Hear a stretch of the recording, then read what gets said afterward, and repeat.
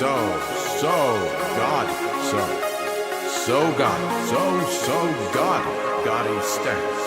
stats. Good God, that's gaudy. Welcome to Gaudy Stats. With Ben Simmons. What's on the menu, Benny boy? Welcome in. Thanks for joining us. Appreciate it. God, what a crazy football season it's been. Gaudy numbers, especially after last year. And the quarterback play was subpar. There were a lot of injuries. You know, Raj was out. You know, Breeze wasn't the same. But this year, why didn't I draft him? Or why didn't I pay up for him in auction? Meanwhile, Rodgers has a partially torn penis. I don't know what does he have? Is it partially torn knee? I don't know. But yeah, we took. I invite back Chris and Sam. We get back into it. You know, we talk about the big numbers that have been popping up. Kamara, deluxe pass catching back. Christian McCaffrey, Michael Thomas. We get into him. Ryan FitzPatrick. We touch on everything. Okay, every big statistical event that's happened this season. Jared Goff. Oh, on his Thursday night performance, that was unreal. What's going on right now with the quarterbacks? Is it the rule changes? What's happening? I want to know. Everybody wants to know. It might just be an uptick. You know, there's down years, there's up years. Kim thinks it's probably because of a rule change. We talk about everything, okay? We get into it. A lot of stats, a lot of receptions this year. Could there be 3 running backs who have 100 receptions? It's in play, folks. It's in play. Saquon Barkley, what a great rookie year he's having. So much to talk about. But, we're going to try to get into more historical podcasts after this. I'm gonna finally do the Steve Nash pod. It's way overdue. We'll get into that. Some other pods in the works. More football pods. I can't do them as frequently as I would like, but I'll do them when I can. Hey, thank you for listening. Let's do it.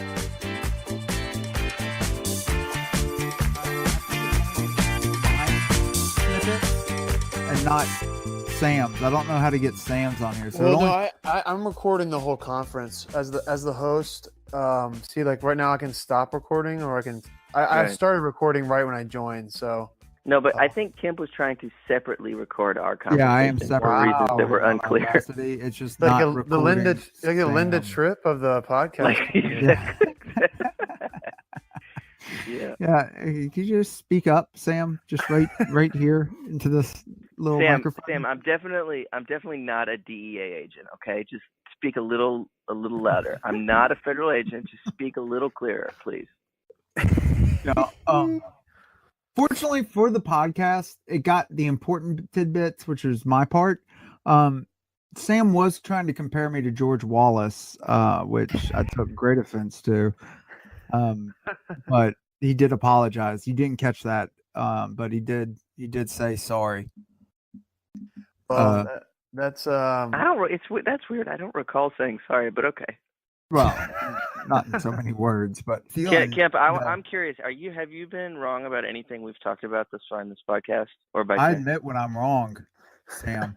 Well, hey, listen. I admit when I'm wrong. And speaking about that, Jeremy McNichols. If y'all saw, Jeremy McNichols is now on the Indianapolis Colts. I thought he wasn't even on the team, but apparently he is now on the active roster.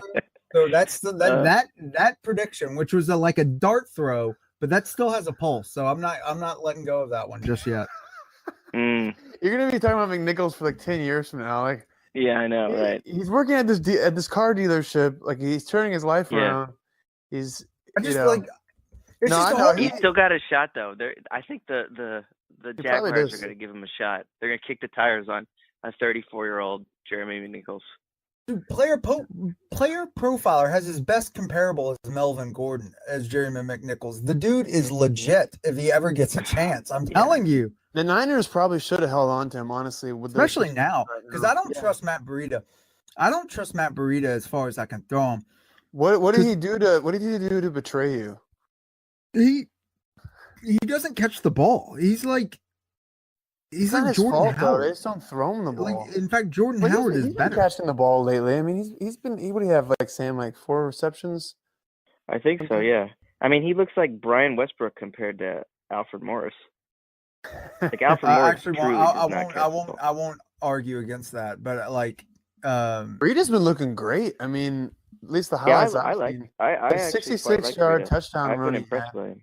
but that's Yeah. the thing. He That's the was thing pretty that nice. I don't. That's not sticky. You know, like the big runs, like those happen. You know, and a lot of times those happen because there's a big hole. Like what did the running back do to create that? Yeah, well, But that's true. That's true with a lot of running backs. Yeah, I mean, it is. Like I agree, but like there's there like you can look at a lot of for example, David Johnson a couple years ago where he was making like there were runs that he created himself that No, there are, you know. but doesn't it also? I mean, I'm not Kemp. I'm not a professional scout like you are, finding the likes of Jeremy McNichols and Jeff Janis. But you know, from what I can tell, like for example, Arian Foster in that zone blocking scheme, it's sort of one cut, and sometimes it's no cuts. So like, if you go back and watch Arian Foster in his best seasons with the Texans, he wasn't really. I mean, he was just taking the holes that were there, and like, he wasn't really making anyone miss a whole lot. And so you could say the same thing about that kind of player. And he had a couple of years where he had like 1,600 yards and 20 touchdowns.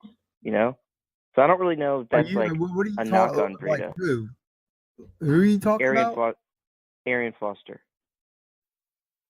Arian Foster had pass catching chops like you wouldn't believe. But I know, I understand that. I would argue that Arian Foster is one of the best pass catchers.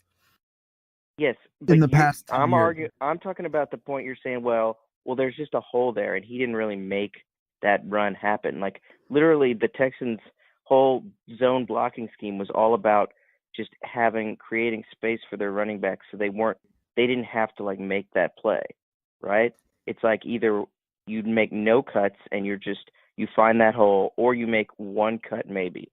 So my point is that what you're criticizing Breida for, where he just took what was given to him. That's what a lot of really, Pro Bowl caliber running backs have done. Let me say that I'm not criticizing Matt Breida for making a long run. You apologize to Matt Breida right now. I'm not going to. I look at Matt Breida when I see highlights of Matt Breida. Like there's nothing that like he'll make that run and I'll be like, and there's nothing that stands out that I'm like, oh wow, look at that cut. Oh wow, look at him able to find that hole. Ooh, like there's nothing there that I'm like, oh wow, man. Only Matt Breida and maybe a handful of others could have made that run. I look at a majority of Matt Breida's runs and I say, well, all right, good play, but I think a majority of the running backs in the NFL could have made that run and got that many yards. Yeah, I don't know. Okay. I'm not like. I don't think anyone's arguing that. I don't think anyone's arguing that he's like an exceptional talent, but he's been pretty good. Yeah, he's pretty good for the situation. Well, that was a good warm up, fellas. But I think we should kind of get to the rundown of some of the things all right, we're talk about. Let's go back to I want to touch on Patty Mahomes' record-setting start. I don't know what's going on right now. I don't know if it's the rule changes or what it is. But yeah, I think that might be what it is. But Patrick Mahomes, you can't lay a hand on the quarterback. You can't lay a hand on the quarterback. Patrick Mahomes has thrown 13 touchdown passes in 3 games. What's his pace, Kemp? Use your Poindexter mind and find out what that pace is. I want to say is it like what is it? 150 touchdowns this season he's going to throw? Dude, he's going to go nuts. Like I honestly think at this pace he's vying for Eli Manning. what did Eli Manning have? 54, 55? You mean Peyton Manning? Eli Manning hasn't thrown. Wow. Eli Manning. Oh man. Wow. Yeah, Man, Kip, I think he's like kind of that's how forgettable Peyton Manning is, really. Kip, do we need to think about maybe putting you in assisted living? Yeah.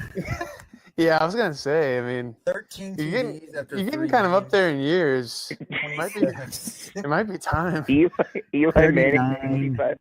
It takes Eli Manning two seasons to throw 55 touchdowns, sometimes 2.5. I do think he's gonna have a 52 out of 12 games.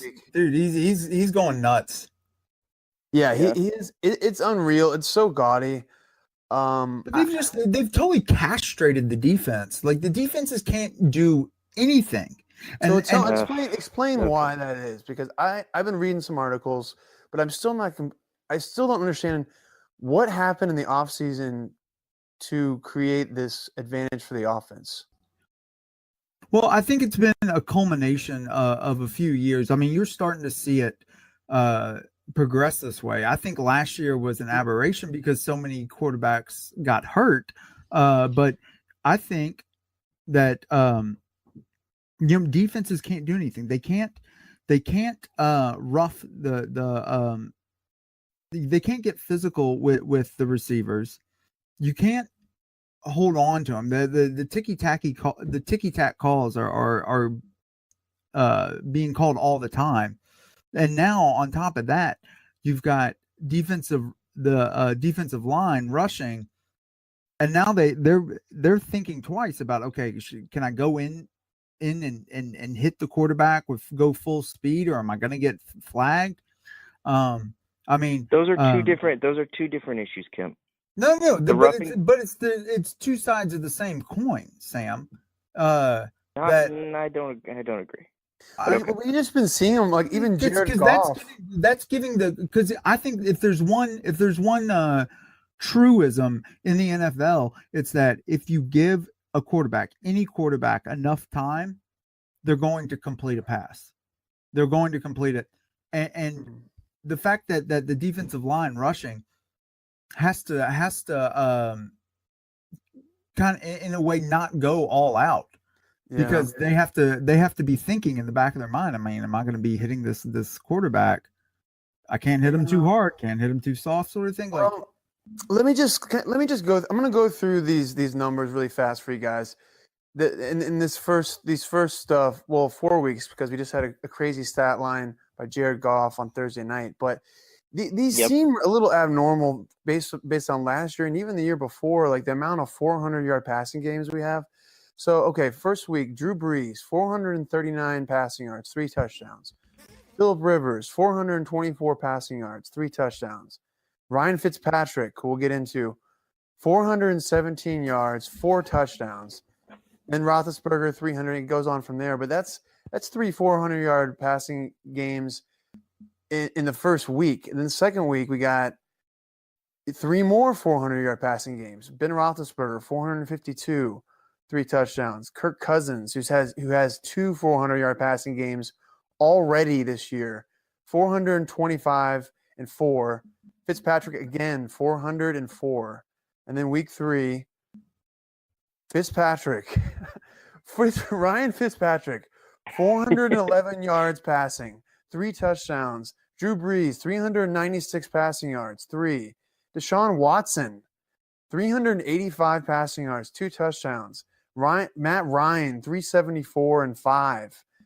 I mean, it's just the gaudiness. Yep. And then this past Thursday, Jared Goff, 465 passing yards, the most ever on Thursday Night Football, which I thought was hilarious when that popped up on the screen. I was just like, really? They're already doing like Thursday Night Football, best of all time, but they're just trying to hype it up. But that's kind of me laugh.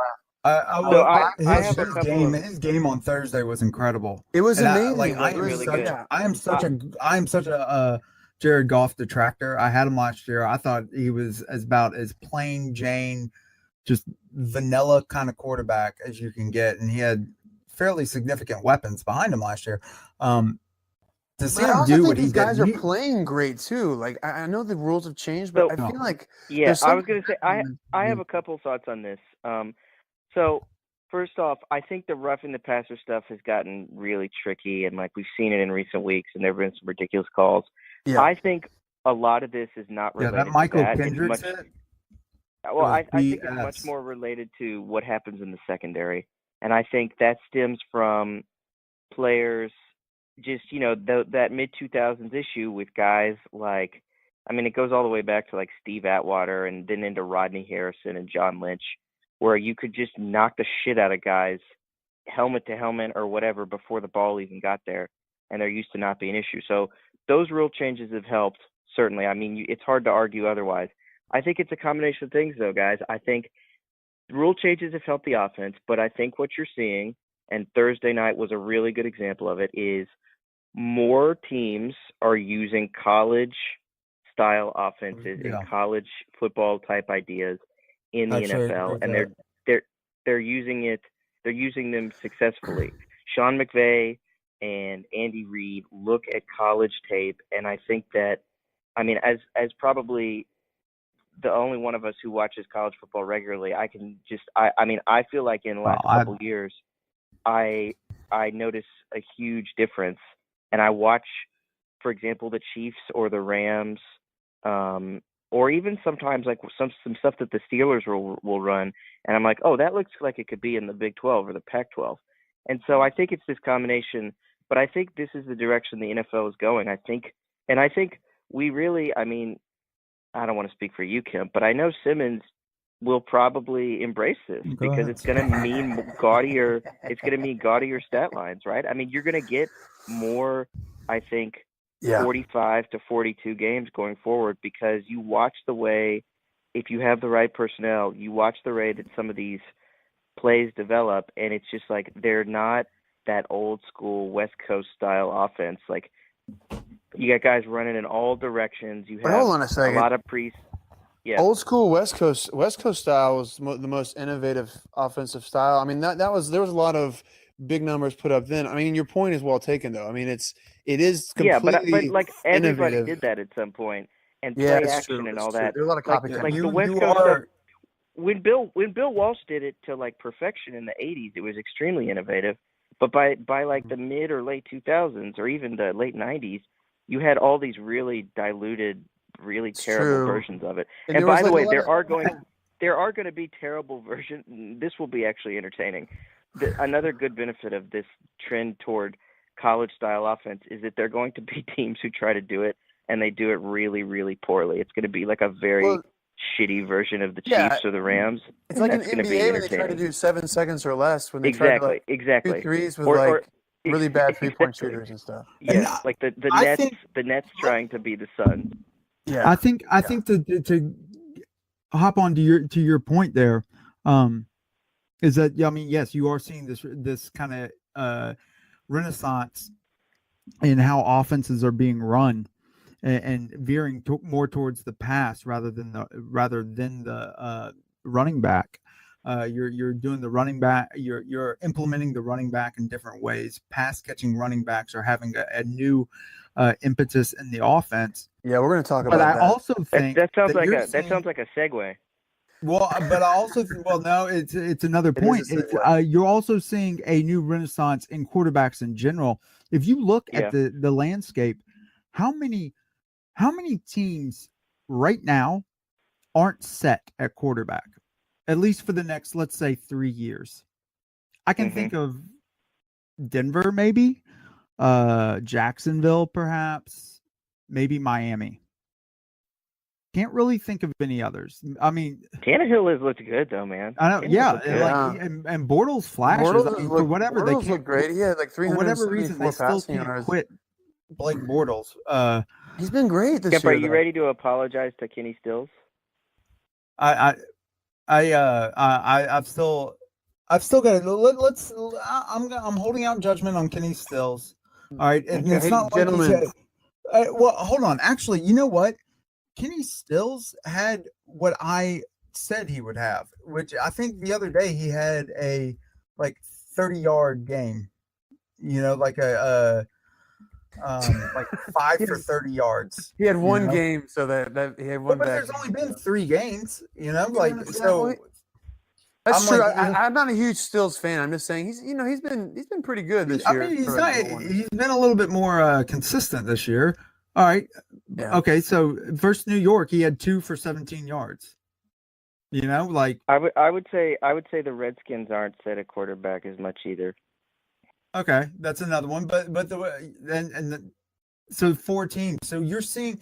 I think the point is that you're seeing just about every team the Bucks in the NFL in a way that I don't think it's been this way in a long time, if ever, where you have this many teams that have gunslingers at right, and they're also like all developing at the same time. They're all kind of like coming into their own at the same time. Speaking of which, so Patrick Mahomes. Hold on, Kim. Okay. Patrick Mahomes. Guess how many? Can you just guess how many TDs he's on pace for? Just throw out a number, each one of you guys. I'm gonna say 57. Sam? I'll say. Actually, no. I'm gonna go higher than that. I'm gonna say 62. 84. Oh God! What? But he's not going to get there. But like that's just that play he had. I mean, everyone's seen it by now, where he like runs. He runs to his left and then turns his back and throws on the run. I forget who he hit on that touchdown. I mean, that was just. I mean, you just don't see that in the NFL. Like that's. So, I've seen that again. I've seen that happen. In a Big 12 game a million times, but seeing it in the NFL is that's something else. Wild. It's pretty wild. I mean, it's been talked about. He just passed Peyton Manning. Peyton Manning had 12 in 2013 in his first 3 games. Mahomes he has the record now for the first 3 games of the season, 13 touchdowns, passing the likes of I think Dan Marino, Jim Kelly, Peyton Manning, some Hall of Famers. So we can go ahead and give him the trophy now. He's earned it. He's going to be a Hall of Famer. No, I'm joking, but it's been pretty amazing to watch. Like I don't think Andy Reid. I mean, you could say Donovan McNabb was kind of similar in that he had a big arm, and he did some kind of the similar things that Mahomes is doing now. But Andy Reid's never had. I mean, not many coaches have had a QB like Mahomes. I'm not trying to anoint him yet, but just the way he plays, his arm strength, his mobility, it is Aaron Rodgers-esque. He's not there. He's not even close to being there yet. But plus the weapons he has, he walked in. His arm is unreal. His arm is unreal. It's crazy. Yeah, he's got a cannon, and it matches up perfectly with Tyreek Hill.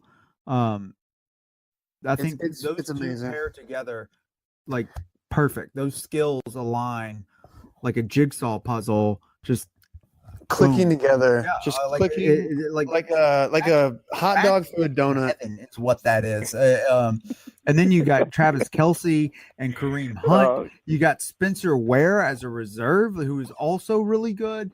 The ghost of Larry Johnson. For you guys, here's I'm the name. I'm not really sure that Demetrius Spencer Ware should be like one of the first 7 people that should be mentioned, but okay. He had some good seasons, but yeah, it's kind of true. I'm saying, I'm saying that offense is deep.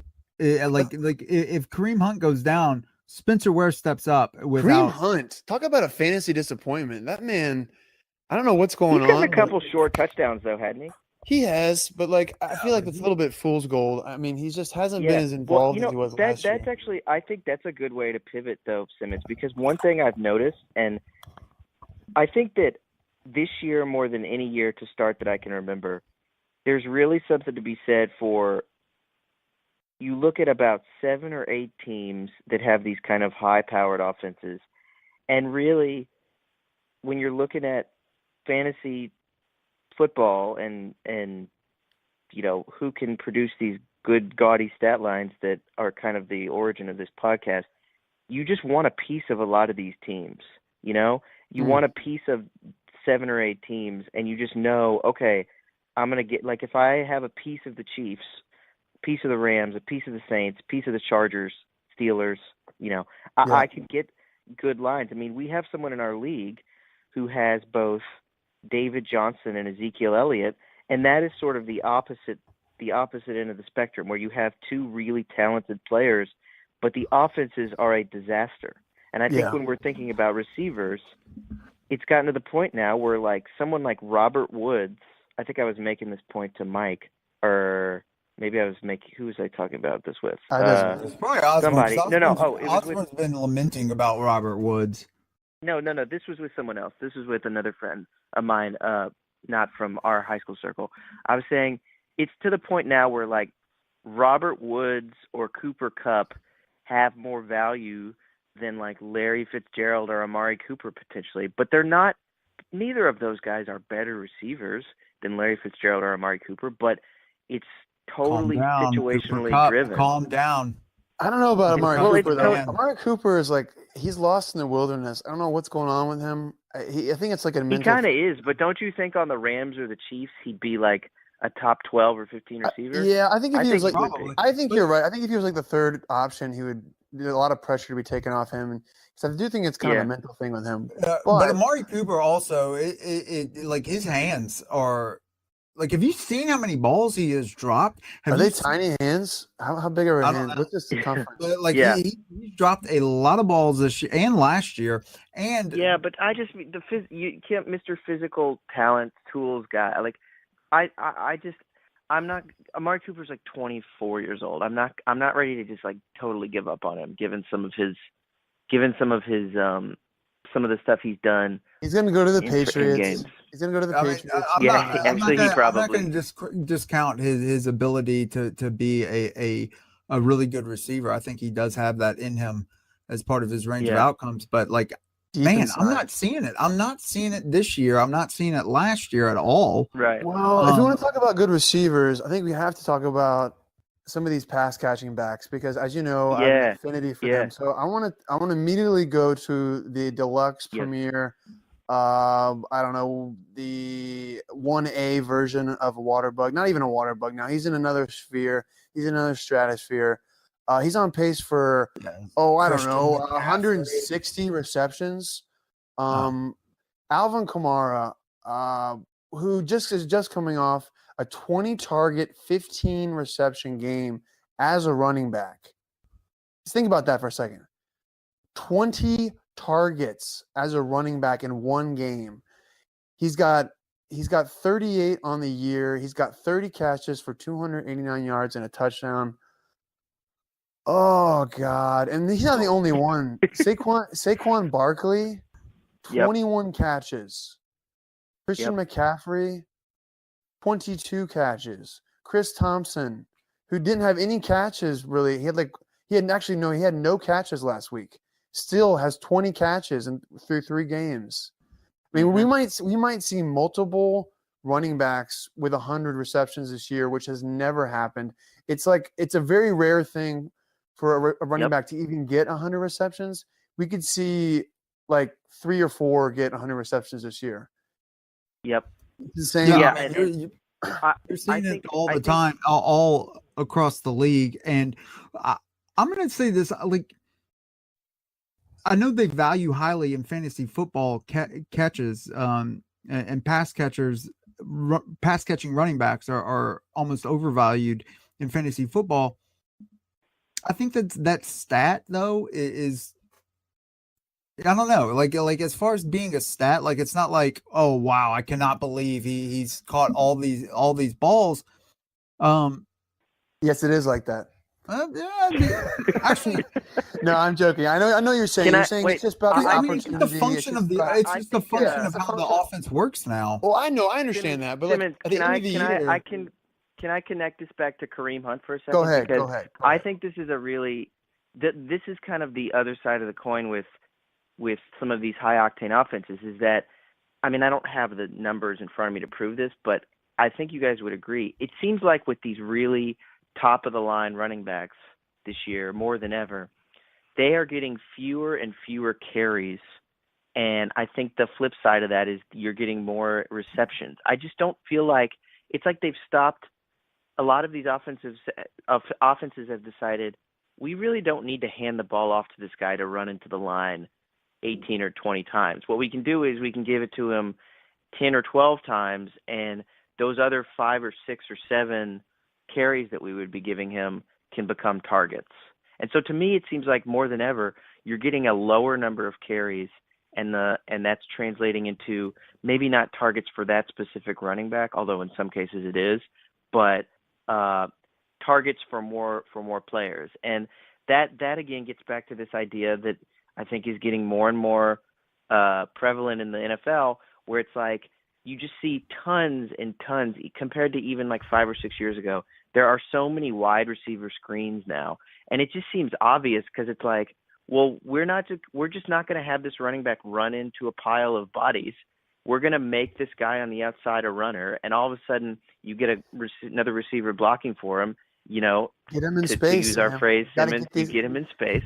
Get him in space. You get a dynamic player in some space, and you let him work, right? And so that to me has supplanted a lot of these carries, and that again is a trend toward kind of what a lot of college offenses have been doing. The NFL is going to be doing it now with more talented players. I think it's a hat tip to analytics and the idea that if you are a running back and you're just first, second, third down, just running it right into a mass of bodies, like how long are you going to stay in the league? It's also about preserving that running back for multiple years. R.I.P. Larry Johnson. Yeah. I remember having him a couple about years. Falling off a cliff. Yeah, I remember Jamal Charles. Well, when you give the ball to him 400 times. Yes. I mean, it's not. I mean, and look at DeMarco Murray. Another good boom. example.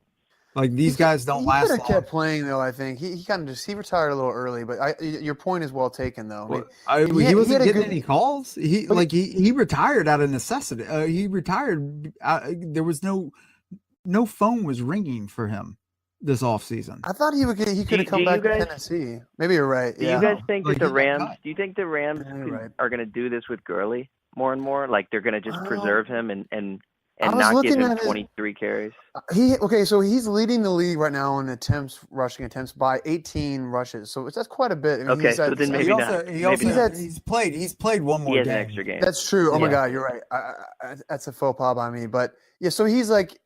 Yeah, so he's about where, let's see, then in that case, taking that into account, he's kind of where him and Carlos Hyde are at the top of the league, which is kind of funny thinking about Carlos Hyde because the Niners let him go, and now he's doing great. But Carlos Hyde 60s right now. But Carlos Hyde, Carlos Hyde is that sort of running back, and look, Adrian Peterson as well. That like.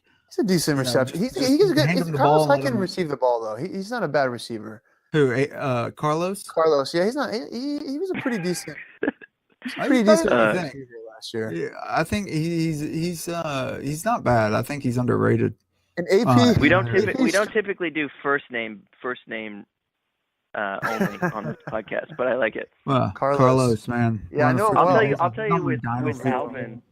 With Alvin and Christian, you've definitely noticed this, especially with both of them really. But like I think with the Saints, there's just been a concerted effort with Ingram out, where it's just like we're just not going to give the ball to Kamara 20 times carrying the ball. That just not only is that going to wear him down, but it's just not going to.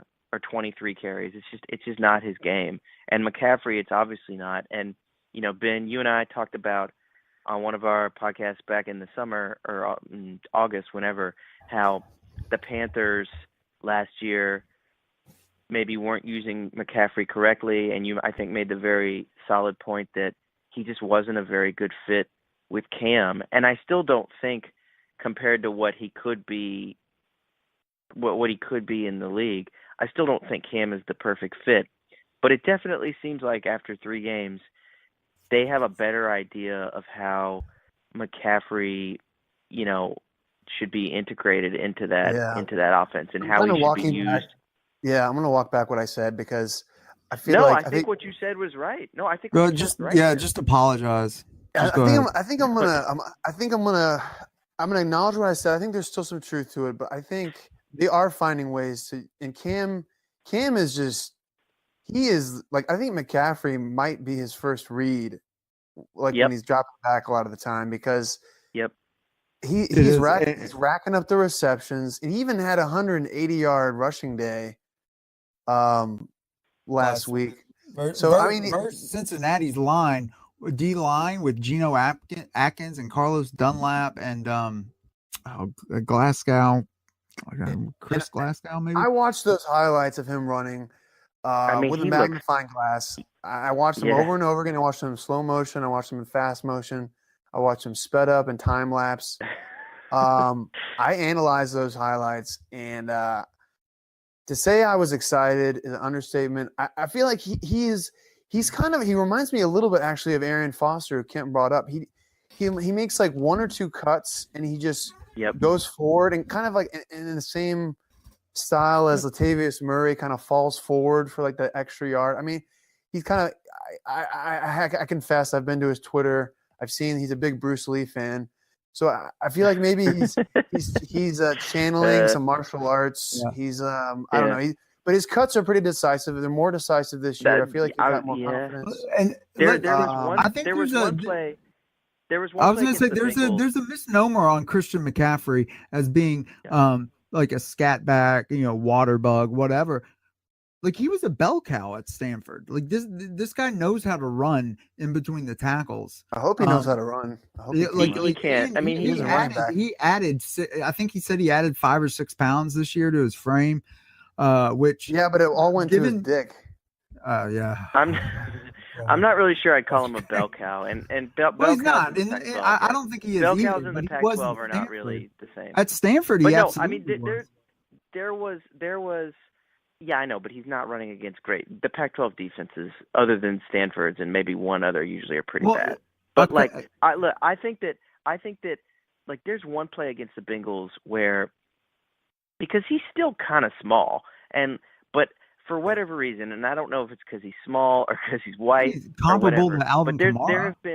There have been a couple plays. There was one play in particular I remember where it's either a safety or a linebacker from the Bengals is coming up to like meet him in the hole, and you can just tell like in a split second this guy thinks he's getting there to make the tackle, and he does not make the tackle because McCaffrey makes that cut that Simmons is talking about, and then he just is gone. Like he accelerates for 20 more yards. And I think there are guys who are learning very quickly that this guy is like, as you're saying, I mean, again, I would not call him a bell cow at any point in his career, but he's definitely not a scat back either. And like he has that pace, that turn of foot that a lot of guys in the league, it seems like they have to look stupid on tape once to realize, just how talented he is.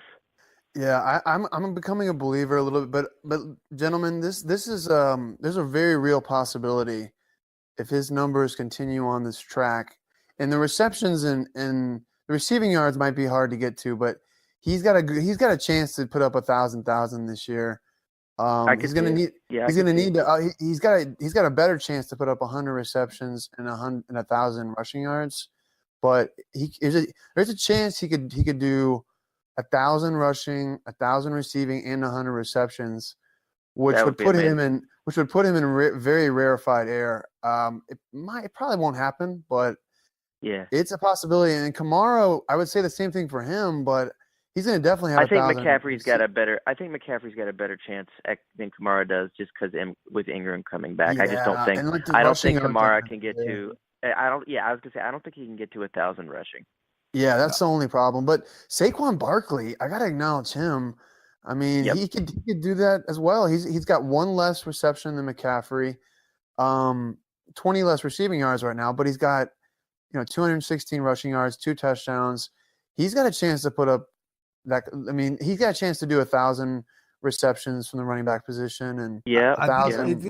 It's gonna be hard for Saquon just because that O line has been dreadful these last. You mean like for 1,000 rushing yards? I don't. Yeah, I mean, I think he's on track for that. But no, he's gonna go way over 1,000 if he's healthy. But I think that's something that puts Christian McCaffrey ahead, and something that's surprised me is that the Carolina offensive line has done so much better than what was projected of them. Like they came into this year, I think Pro Football Focus had them as the second or third worst offensive line to start the season, like they were projected that way, and they've been way better than that. And so I think that's helped Christian McCaffrey and Saquon Barkley. I think those two are probably, I would say, your two best pass catching running backs in the NFL. Better than Chris with Alvin Kamara coming in third on that, but like what? Yeah. No way. Okay, you might be able to put Alvin Kamara second. I would say Christian McCaffrey. If you look at just his knowledge of being able to be a wide receiver, like he knows a lot about being a wide receiver and how to trick cornerbacks. I can't agree with that. I cannot agree with that. Kamara has made a ridiculous take. Kamara is like his own style of running back at this point. No, hold on. Let's not anoint Alvin Kamara as like I've already anointed him. God. I've already dunked him into the. But you're talking about Kip. Running back Kip, God. You're talking about pass catching, like when nobody's anointing him as a all around.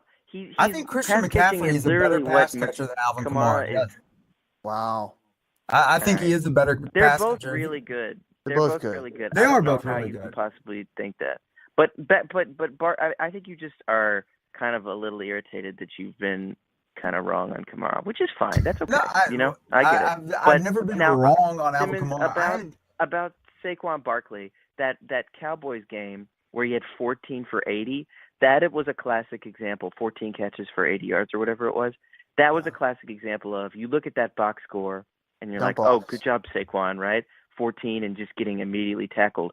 But anybody who watched that game, like to Kemp's and I guess your point, the Giants line sucks. It's terrible. And Eli is just not a good quarterback under duress ever. And so he needs time.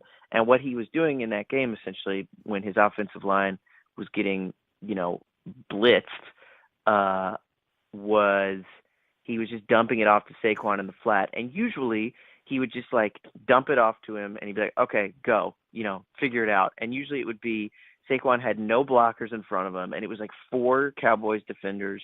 It was usually 2, 3, 4 Cowboys defenders. And almost every play, I don't know if you guys remember watching that, but like he made the first tackler miss like almost every time.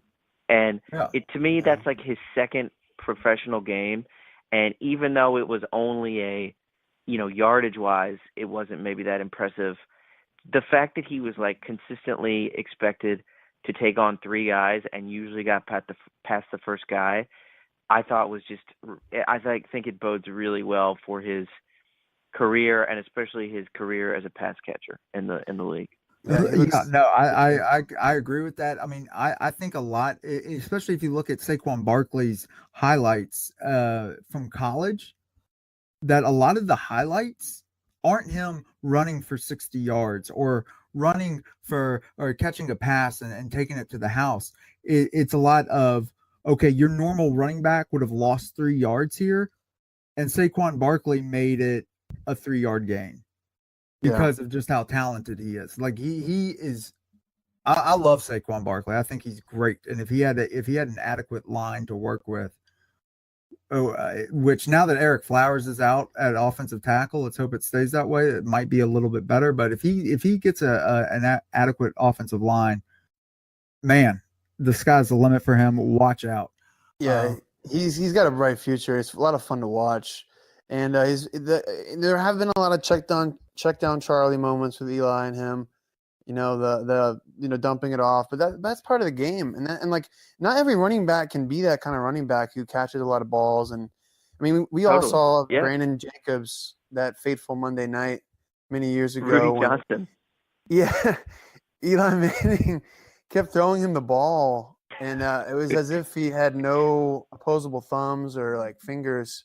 It was like he had dinner plate hands. He was just trying to catch the ball, and I think he had like 6 drops or something. But anyways, I mean, not every running back's like that. But I want to shift over watching Rob Kelly try to catch a screen pass. Oh God, and Chris Thompson. We didn't even talk about him, but he's having a hell of a year. He's been great. Yeah, a lot of receptions. Even though last week he completely screwed me, but that's let's not talk about that, okay? let's not get into my fantasy woes here. Anyways, I will say real quick that I think Ben, like I think you made a great draft by going zero RB. I think making me blush. I think your way has proved correct. That you made a great draft. Is that what you completed? What, I don't know if I totally did. So let me talk about this because you completed a great draft. The zero RB, I think, was the way to go. How about you drafted well? You drafted well. I paid up for Christian McCaffrey though. He was $47. You did pay up for him. He looks like a bargain at that price right now, though, Ben. He does. He absolutely. I think he's like kind of at value right now because actually he hasn't had a touchdown yet. So he's put up like a lot. But look at dude. Look at the other kinds of people above him. No. Some of them. No. I'm agreeing with you. I'm just saying like I think he hasn't actually hit his potential yet because he's had his fantasy points have been 12.5, 22.5, and 26 the last 3 weeks, but he hasn't had a touchdown yet. So if he had like 1 or 2 touchdowns sprinkled in there, just like Alvin Kamara has 3, Saquon Barkley three in one game and then none in the other 2, yeah. But still, it counts, Yeah, but like and Saquon Barkley has 2 touchdowns. So if he had 2, he would be even better. But no, I like my running backs on my team. The only problem is they can completely disappear if the game script is off. Like Adrian Peterson dominated touches last game. Chris Thompson didn't have 1 reception because they didn't need him to have a reception. So very strange game.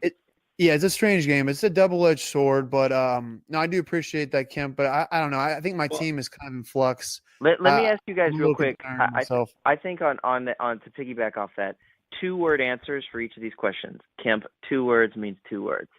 Okay? Based on your draft, best value and worst value based on what you paid so far on your team. Simmons, I'll start with you. Best value. I think best value, even though he had a really bad game last game, will have to be Chris Thompson.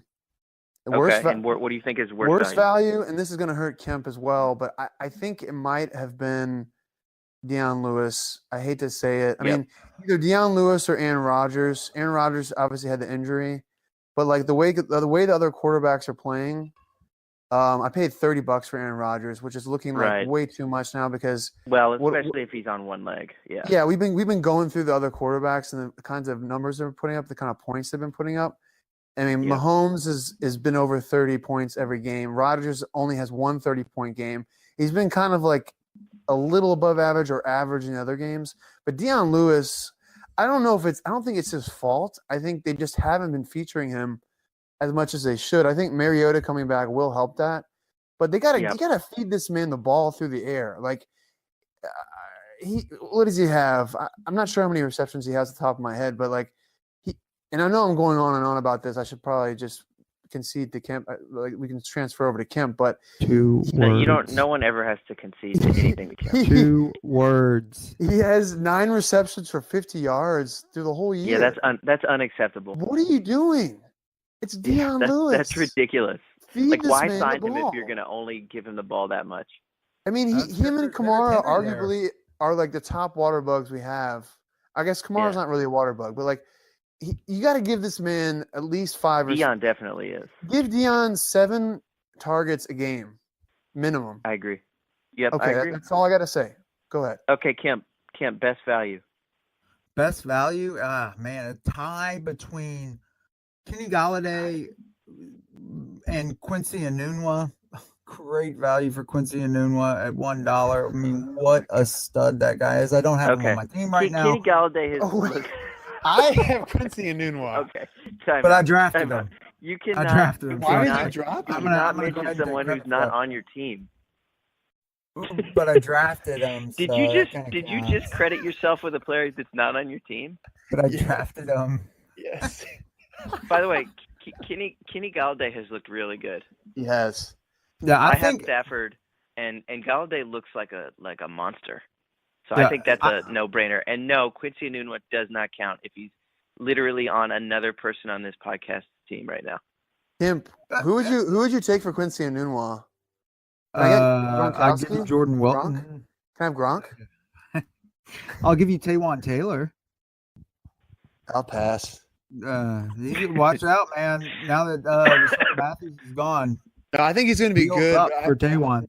I think he's going to be good, but Enunwa is like the number one receiver on a shitty team. True, but he is the number one receiver. Target hog there. Kenny Galladay, meanwhile, I think he's the only wide receiver in Detroit that has that can be a true wide receiver one. Like I would agree with that. I don't think that's a very bold take, but I would agree. But it's not. I'm not trying to say it's a bold take, but I'm saying like that Kenny Galladay has shown that he can be a wide receiver one, just based on his ability to run routes and his quickness. He's a really physical receiver too. Yes, by the way, and he's great at the catch point. He love the catch point. He almost fumbled last week, but he ended up getting that touchdown counted. But I think he's a solid wide receiver, and I'm going to say my worst value as of right now has to be Kenyon Drake. There's just so many to pick from. Maybe right. Yeah, I did not think this would happen for Kenyon Drake. I got to be honest. Like I was actually targeting him in the draft. Man, gosh, I cannot believe that he's. They just haven't been. It's like with Dion. They haven't been going his way. And I thought all the talk with Coach Gase talking about Frank Gore this whole offseason. Like I'm like, man, there's no way they're going to be giving it to a guy that like qualifies for AARP next year. You watch your mouth about Frank Gore. Yeah. It's true. Well, I love Frank Gore, but it's true. Like, what they should be giving Drake with the ball more. But yeah, like I don't know why he's getting the carries that he's getting. It's just it boggles my mind when Kenyon Drake is the best option there. Okay, so here's his carries the last 3 weeks for Kenyon Drake: 14, 11, and 5. Yeah. Yep. And he has not been getting that many receptions, right? I mean, I was fading him. I mean, I think that's too few carries, but like. I'm not totally shocked. I thought he had some really good games last year, but he's never struck me as a feature back. Mm. I disagree. I think they should give him a shot at least. Like, give him the workload to see. You might be right. I can give him a shot. Ultimately, you might be right. Ultimately, you might be right, but I think he's the kind of guy. He's kind of running back who needs like touches. I remember I had him. You have to see what you have with him. Yeah, like I think it was last year when he was featured at the end of the year. I think I had him last year. He was really good. I mean, he was like he was really good. He had some runs last year where they opened my eyes and like they were runs where he created the run. We were talking about Matt Breida at the very beginning where like the hole's there, or he has to do is just run straight. Like he's creating the yards there. And so that's what really grabbed me about him. And I was thinking that okay, he might be going at a good price. I think he's got the ability to take over that backfield. Yeah. And for whatever reason, he's not, even though like he's shown to be the best option they have in the backfield, but they're just not running the ball at all. Yeah. Yeah. I don't know. It's especially puzzling with the lack of receivers, but I don't know. I mean, Kemp, are you getting a little nervous about my AFC East claim? I actually am not, to be honest. Okay. I think. What did you say that Miami is going to win? AFC No, my prediction at the start of the year, Simmons, was that a skill player in the AFC East, not named Gronkowski, would not finish in the top 20 in scoring on the year. Well, basically, running back or no running back would finish in the top 20, and no receiver would finish in the top 20 of wide receivers. No running back would finish from an AFC East team from the top 20 in wide receivers. And Kim called me a fool, an imbecile as usual. Sam, you don't know anything. I don't. Sam, you're a buffoon. No, hey, calm down. Let's. Hey, by the way, season Kim is early, my friend, and I'm pretty sure my man Quincy Enunwa who I nailed. Alvin Kamara, third best pass catcher among running backs. That's amazing. I mean, Kim, I think Matt Breida is averaging 8 yards a carry right now. So I think he's going to drop off from that. But it's just kind of funny that he's averaging that many yards per carry. But we should shift over to like 10 carries a game. Yeah, it's true. Yeah, it's not a large wait, sample. Sam, you have to do your team first. I forgot to go to you. Oh, so yeah. What about you? I would say best value thus far has probably been Cup. Yeah. And I would say worst value has been Tariq Cohen. I thought Tariq Cohen would be more with Nagy coming in from that Chiefs team. I thought they would use Tariq Cohen more like they used Tyreek Hill and KC. And of course that could still happen. Like we're saying, we're not even a quarter of the way through the season yet for all but 2 teams in the league. But it just doesn't seem like they're not involving him in the offense as much as I had hoped that they might. So yeah, I would say Cup and Cohen. He has been incredibly underutilized, but I see you're holding on to him, and I think that's wise. Especially you have a really nice team. I really like your team. I love Kamara. Obviously, I think Julio still has some better days ahead. He's been good, but he hasn't been like as good as he's going to be. And Stefan Diggs, we're going to talk about him in a little bit with the wide receivers, but he has been a joy to watch. But I agree. I think Tariq Cohen is underutilized. But even so I'm looking at his numbers. He's been pretty he hasn't played badly, but his output has not been like what you would have liked. But still, he's 8 points, 6 points, 10 points. I mean, he's not he's not putting up 2, 3, 4. No. He's kind of middle. It's more about I think it's more about opportunity. He's just not getting touches. Yeah, it's the same issue with Dion Lewis. One of those players that you're looking at, and you're like, I don't feel comfortable starting him. Yeah, exactly. Regardless of he's getting 9 points here, 10 points there. It's just he's better off on the bench until I agree. Shows something. This is true. Are we ready to talk about Michael Thomas? Yeah, I wanted to talk about Michael Thomas, who is burst on the scene. I mean, he's always been good, but Saints love on here. Three games have gone by. He has 38 receptions. He has not caught less than 10 balls in the season so far in all 3 games. 3 touchdowns. He has been. I mean, I'm gonna go back a little bit, and I talked about Marvin Harrison through text with you guys in reference to Brandon Cooks. Maybe that was a little bit of hyperbole. I don't know. But Michael Thomas, the numbers he's putting up are Marvin Harrison-esque in his record-setting season that he had. I think he had 143 catches, something like that. It's crazy. I mean, I gotta say it's a little bit of a surprise because you have Kamara and you have Michael Thomas both getting these numbers, at the hand of Drew Brees. Usually he spreads it around a little bit more. Usually you don't see this concentration and to the different skill players. They're leading their categories. The running back category in terms of receptions is being led by Kamara. Michael Thomas is leading the wide receiver category. Obviously the tight ends aren't involved, but it is something to behold. The gaudiness we're seeing in terms of receptions. And Drew Brees also scoring on spin. Sorry, Drew Brees is also scoring on spin moves on touchdowns. I cannot believe I didn't. Why didn't you guys grab me by the shoulders, shake me until I had brain damage? I'm pretty sure that's exactly what I did, Ben. I was begging you to draft Drew Brees this year. I think in our first podcast, I was saying Drew Brees. You can go back and check on that. I was went for $10. You were right. You were right. And I'm off him. I'm like, man, he's going to come up. Better grab him. I'm acknowledging. I remember. I'm acknowledging that you were correct. You were right. What can I say? I mean, it was an aberration. Do you remember when you said that?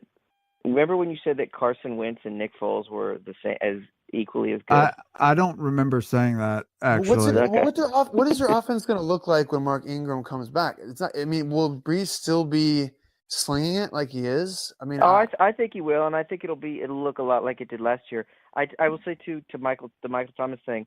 I think initially, he was good at Ohio State. I think he was a second-round pick. Like, he wasn't seen really as incredible. But I think last year when he kind of emerged, it was pretty clear that they had found a really solid second-round receiver. And, I remember last year there were people making the comparisons. I guess he's a third-year guy, right? And Thomas is a third year. I think he's third. I think so. He is third. I think the first 2 years there were these comparisons to people saying, well, sort of Brees has found his new Marcus Colston. And I think what we found in the first few weeks, and really what we found out last year, is that all due respect to Marcus Colston, but Michael Thomas is better than Marcus Colston. Like, he's a more complete type of, and so is he better than Devery Henderson though? I think he's right even with Devery Henderson. Okay. But no, I liked him last year. I thought he was great value, and I definitely bought into him as a top 5 or 6 pick this year in terms of receivers. One of the top 5 or 6 receivers, which I think a lot of people did. But this is exceeding, I think, even the most bullish Michael Thomas supporter. I would say. Yeah, he can't keep up his pace. He can't keep it up, but he might. No. He is on. I think he will. But what if he does? Yeah. He's got 398 receiving yards and he's got 38 receptions, so he's on pace for like 180 receptions and 2,000 receiving yards. He needs crazy. 12 tomorrow. He needs 12 tomorrow to be on pace for 200. That's it's insane. Crazy. It's crazy watching him, and I really liked him coming out this year. But do you think he's going to be getting this much volume though when Mark Ingram comes back? I'm really serious.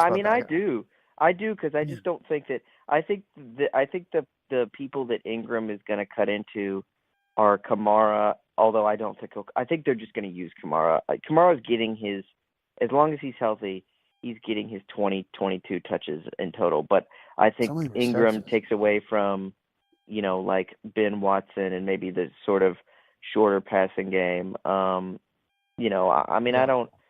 just don't know. I don't know if it's just hard for me to see Ingram totally scrambling this so that Thomas isn't necessarily getting those kind of opportunities that he's gotten so far. Yeah. It's really weird though. One thing, the Saints are putting up 40-something points a game. They're in the perfect situation for fantasy owners, just like the Chiefs, where they have a really good quarterback and a really good offense, and they're well coached, and they also have a terrible defense, meaning they're going to be in these shootouts. But I find myself wondering, Simmons, and I have to be honest, I find myself wondering, this is really good. They're setting crazy records, and they're just burning up the scoreboard. But I just keep wondering, where is Traquan Smith? Why aren't they using Traquan Smith? Like Kemp said. What's incomplete? What this team could use? Hold on. As it puts up 500 points. Wow. I will be fine with all. We're talking about a rookie here. Let me just fine with all these numbers, but it's really fast. I just want to say, I'll be fine with all these crazy gaudy numbers by wide receivers. But if they start sniffing Jerry Rice's records, then I'm gonna be that old man who's like, they gotta change the rules back. Bullshit. Bullshit. But really fast, can I just go through? I just want to go through Michael Thomas's numbers, just because I'm not sure people realize game by game what he's done. And then Kemp, we'll get to your point. Sorry to interrupt you. Okay, because what he's done in the amount of targets, the receptions to target ratio here is something to behold. The first game, 17 targets, 16 receptions, 180 yards and 1 touchdown. Second game against Cleveland, that was the first game was at Tampa Bay. 13 targets, 12 receptions, 89 yards, and 2 touchdowns. And then he caught 10 for 10 targets against Atlanta for 129 yards. I've never seen a receiver that efficient with his targets. He's got 40 targets on the year and 38 receptions. Danny Amendola. It's amazing. Danny Amendola spent, I think, 5 years with New England and never. I think he missed one target. So I mean, What? let's give Danny Amendola a little bit Is of that props. is that here. for real? Yeah, that cannot possibly be right. I'm telling you what I'm telling you. I will look that up. We'll get He this. missed, We'll get like, the he caught stat. Hold on. Are you trying to compare what Michael Thomas is doing right now to Danny Amendola? I mean, we all love Danny Amendola, but like, I love come on Danny now. Amendola. I thought he was going to have a good year, by the way. The other thing, Simmons, about those Thomas numbers is he does have like a fumbling problem, but his output is so great that it's almost like at the end of the game you're like, okay, well, he had that game where he fumbled twice, didn't he? And like, but it's like, okay, but he also caught 17 passes, so like it's kind of, I can kind of excuse the fumbling if he's going to just catch double-digit passes and have such a high rate of completion percentage relative to targets. Yeah, like you're saying. He needs to start slipping out of bounds like Reggie Wayne. He needs to do the old Reggie Wayne, like kind of catch it and dive to the ground, kind of. The crumple. Yeah, those guys were great at like just crumpling to the ground the moment they caught the ball. Yeah, Marvin Harrison would do it where it's like Marvin Harrison got so good at it that it started to look like he had like non-contact injuries. Like you thought like he blew out his knee, but he was really just his body was just he just would ragdoll. Such a svelte, slight frame. It looked like if he ever got tackled, he would just like break in half. But he never got tackled really. So, Kemp, what were you gonna say? Like I was gonna say, Michael Thomas, he's done great. He's been excellent. I think he surpassed even the most wildest expectations of him. Now you're gonna insult him into the draft. No. He was the sixth wide receiver taken, like in 2016. I mean, that was a pretty heavy draft for wide receivers. A lot of them haven't panned out. Who are the 5 ahead of him? Do you have those available? Corey Coleman. Hold on. Corey Coleman, Will Fuller, Laquan Treadwell.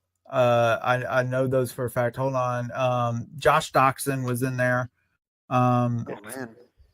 I think Sterling Shepard, was number 5. So, by the way, Will Fuller has been damn good this year. Yeah, he has been good this year. Whenever he plays, it's like puts up a great I kind of thought I think he got pigeonholed. Actually, I think it was kind of fair based on a lot of his tape and his stats, but like I think he sort of got pigeonholed as a deep threat, and like it seems to me like now he's a little more versatile, and like he's not the receiver, he's not the complete receiver that DeAndre Hopkins is, but I think Fuller is really emerging as a very solid number 2 option down here. He's and we're talking another guy. Hold on. My point about Michael Thomas, real quick, about Michael Thomas is, he's throwing up all these gaudy stats, and defenses adjust. So I fully expect for him to start getting more attention on the defensive side of the ball. A lot of weapons, thus opening up targets for Cam Meredith as he starts getting back to health. Not to like divulge my strategy here. Why did you pick him up and drop him on the waiver wire? Well, because then I had him, but then Taywan Taylor with Rashard Matthews. When Rashard Matthews got dropped from the Titans, like that immediately opened up targets for Taywan. I think I'll pick up Cam Meredith right now, and I like Taywan. But then there's also Traquan Smith about to break out. Oh, it is wheels up for Traquan. The second. Oh my God, he likes saying wheels up. Paying attention to him, to Michael Thomas. I mean, Traquan is going to be a thing. Okay, all right. It might not. Remind me who he plays for and what his position is. Oh God. Oh man, I think your argument was just defeated in that one statement, Kemp. I'm sorry, I just don't know. I mean, you know a lot of the. Ignore Traquan. Ignore. No. I want you to ignore him. You have your ear just like to you guys ignored Quincy and Newman. He's a Saints guy. That was the guy I was mocking him because I did not ignore Quincy and Newman. You know what the Saints are missing is Traquan. That like it's really good. It's going well, but what it could use is some Traquan Smith. Oh, so he's on the Saints? I'm sorry. Yeah, I had no idea. Yeah. But no, Kemp, I have to commend you for your knowledge of the deep sleepers and everything. I'm not hating. I genuinely just don't know. Do not. No, I am hating. I'm gonna go ahead and pick him up right now. Actually, while we're on the pod. Well, Cameron Meredith is actually available. Actually, thanks, Kemp. Can I seriously respond to your Michael Thomas thing? Okay, because you're saying, well, defenses are going to start keying on him. Can I just say, I think that I don't really buy that, because I think what we're talking about, with both Thomas and Kamara having such gaudy receiving numbers, I think that actually speaks to how meager the Saints' offensive options have been thus far. Because, like, you really look at what they ran into with the Bucks and the Browns especially with the Bucks in Week 1 when they were behind really quickly. They didn't have a lot of options, and so they had to really only throw it to Kamara and Michael Thomas. So, like, this idea that, they're suddenly going to key on him, like, I think they've been keying on him because Cam Meredith has been out.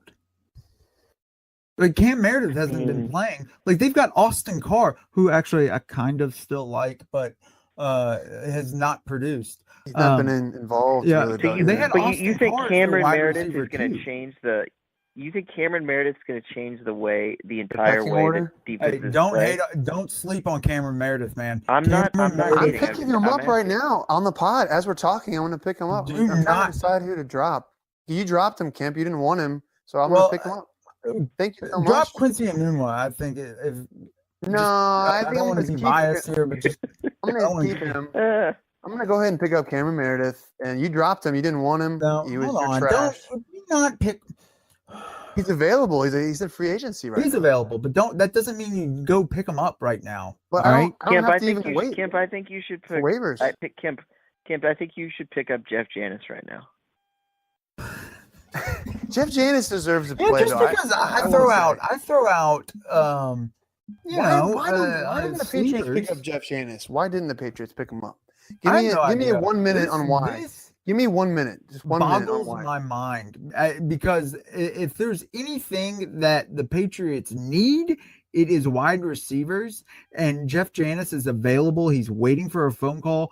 At this rate, he's going to be at the American Football, organization or whatever it is that's starting in the AFO. The AFO. But wait, the Alliance of Football, the AAF. So what? I'm sorry. What the fuck are you talking about right now? The new football league that's starting. Yeah, there's a new football league starting up in the winter, right after the Super Bowl. The AAF is starting up, and there is a team near you. All right. The Birmingham Iron. Okay, that's a funny name.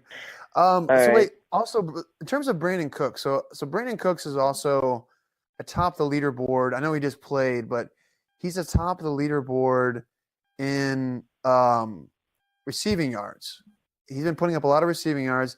And Kemp, I posed the question to you, kind of like I was trolling a little bit, talking about Brandon Cooks, how he looks like Marvin Harrison, looks like a young in prime Marvin Harrison, except maybe even a little faster and maybe even a better route runner and maybe just like a better player overall. I'm joking, but you know what I'm saying. Do you think the Patriots made a mistake trading away Brandon Cooks, especially with their wide receiver core the way it is now? Do you think they could use him? Do you have any remorse about that? I definitely think they could have used him. I definitely think they could have used him. So yes, but I think they got good value on him. Who did they get for him? I can't remember. What did they get? They got a offensive lineman, Isaiah Wynn. He's good. Well, he got hurt. He tore his Achilles, so he's out. So the book's still out on him. It is insane how many people have, like, the players that have gotten hurt. Their entire 2018 draft, with the exception of Sony Michel, who himself got hurt in the preseason and missed all of the preseason, but their entire draft minus Sony Michel right now is on IR. Damn. If that's crazy. Like that's insane. That's not fair. God, the NFL is there's so much attrition. It's kind of annoying. But back to your question of Brandon Cooks. So sad for the Patriots. It's the clouds are starting to circle again, but this happened. This has happened so many times that I'm not gonna. I wouldn't even be close to panicking if I were you. Well, if they lose this week, I am panicking. I am kind of panicking. I was telling Sam that on text a few days ago that because we were having a back and forth on the whole the intrigue behind the scenes with Brady and Belichick and how there's so much. I don't remember this conversation. And I'm like, it's not that big of a deal, and it's a huge deal. And I finally conceded to him that yes, I do kind of think, you were right. Wait, can I hear you say it? What was it? What say well, it? My phone is. We were having a conversation about that. You think the intrigue about Brady and Belichick? You think it's permeated the play on the field now? He thought the ESPN stuff was bullshit. No, I did not say that. I said they were making it sound over the top than it actually was. And now I'm starting to come around that no. The tension there is a real thing, and it's kind of it's bigger than I thought it was initially. But they're playing the Dolphins this week. They're at home. I feel like they're going to give them the smackdown. I feel like I think they're going to win. I think this is when the week that Miami falls back to earth. I do say that like Miami's kind of sipping their own Kool-Aid here, and I don't think they're nearly as good as what their record says. Yeah. But that being said, they do have a lot of weapons on offense. Good defense too. Just fast, like Jakeem Grant, who I love Jakeem Grant. By the way, they've beaten Tennessee, the Jets, and Oakland. I know they haven't really played anybody. And Ben, on as far as Jakeem Grant goes, like he doesn't have like look at his total targets and receptions and what he's done. I know his output based on those targets and receptions, like that's going to fall off. You remember? I know. Oh yeah. I know it is. I'm rolling the dice this week. I might actually pull him out for somebody else. Yeah. But I can't. I just can't. New England is a real juicy matchup because New England's defense. But here's the thing: I had Quincy Enunwa. Like I have a lot of guys on bye this week, so I was starting Quincy Enunwa and Bilal Powell. I can't start two guys versus Jacksonville. Those Jets offense.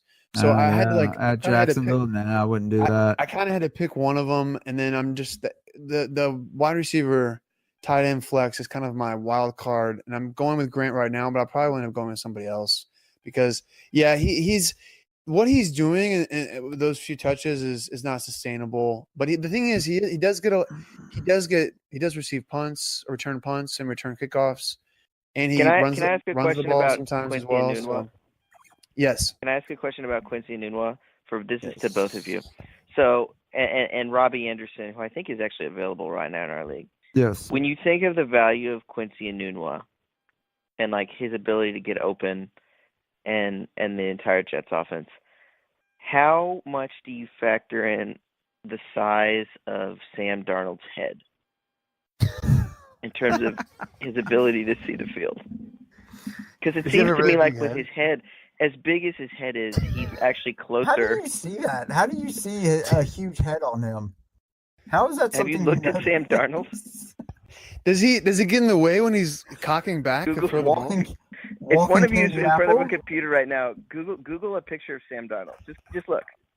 See, that was one of my nicknames, Big Head, and when I was a wee lad. So I understand what he's going through. Sensitive. He is very sensitive to those sorts of names. I understand what he's going through. I wore a giant hat size. I'm right there with you. I have a giant head. I have the biggest hat size. He's got such a normal head. What are you talking about? Normal size head. I think he might have a big helmet. A normal head. It's a normal head. Okay. Whose head is normal? Sam's. Sam Darnold's. I think he has a big helmet. He might have extra padding in the helmet. Are you looking at his head right now? Like, it does look kind of big. It does look kind of big, but no.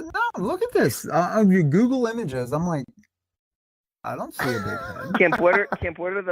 Can Camp, what are the measurables on Darnold's head?